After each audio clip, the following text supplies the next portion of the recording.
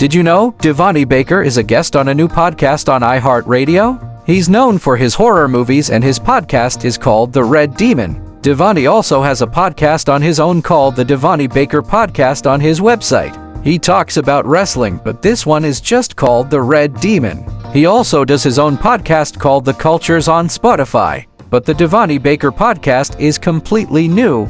It's a horror podcast where he talks about horror movies, horror books, and he does it all by phone. He also does his podcast called The Cultures on Spotify. The Devontae Baker Podcast is on iHeartRadio where he talks about horror movies by phone. I think it's called a podcast, but he calls it a Red Demon Podcast. It's on the iHeartRadio app. He starts it off by calling you up and telling you that it's a Red Demon Podcast. He talks about the horror movies he watched. The Devontae Baker Podcast just came out. I think it's just on the iHeartRadio app.